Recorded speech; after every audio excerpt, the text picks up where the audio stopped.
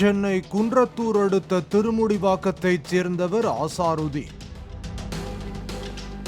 இவர் குரோம்பேட்டையில் உள்ள ரேலா மருத்துவமனை அருகே மெடிக்கல் கடை திறந்து மொத்த விலைக்கு மருந்து பொருட்களை தள்ளுபடி விலையில் விற்று வந்தார். இதனால் இவரது கடையில் அதிக அளவு வியாபாரம் நடந்ததாக கூறப்படுகிறது. இந்த நிலையில் கடந்த 22ஆம் தேதி தனது கடையை மூடிவிட்டு இருசக்கர வாகனத்தில் வீட்டிற்கு புறப்பட்ட அசாருதீனை காரில் வந்த மர்ம கும்பல் ஒன்று திருநீர்மலை பிரதான சாலையில் வழிமறித்தது.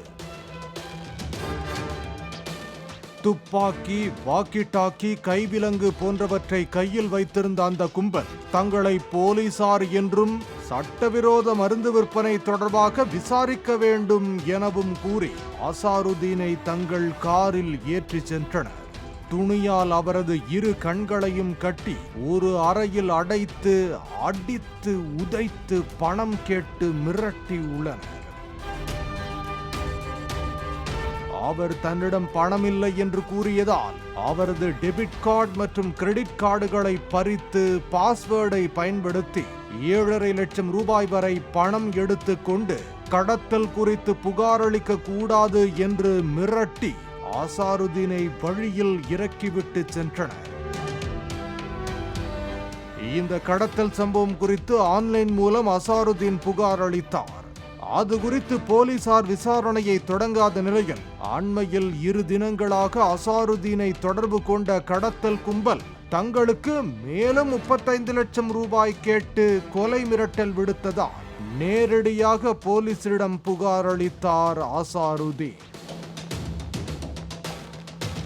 இதையடுத்து பணம் கேட்டு மிரட்டிய செல்போன் நம்பரை வைத்து கடத்தி பணம் பறித்த போலீசாரை அடையாளம் கண்ட போலீசார் அசாருதீனுடன் ஒன்றாக மருந்து வணிகத்தில் ஈடுபட்ட இம்ரான், வழக்கறிஞர் யஷ்வந்த் பாபு உள்ளிட்ட 9 பேர் கும்பலை அதிரடியாக கைது செய்தனர்.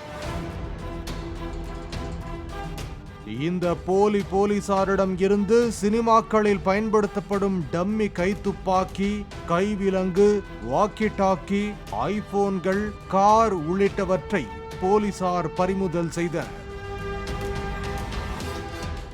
அசாருதீனிடம் கணக்கில் வராத பணம் நிறைய உள்ளது, கடத்தி பணம் பறித்தால் போலீசுக்கு செல்ல மாட்டான் என்று அவரது நண்பரான இம்ரான் கொடுத்த ஐடியாப்படி உள்ளூர் ரவுடி கும்பலின் துணையுடன் இந்த கடத்தல் திட்டத்தை நிறைவேற்றியது தெரிய வந்தது.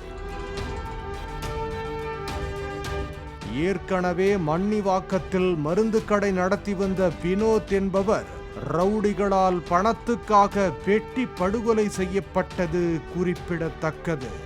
பாலிமர் செய்திகளுக்காக தாம்பரம் செய்தியாளர் வசந்தன்.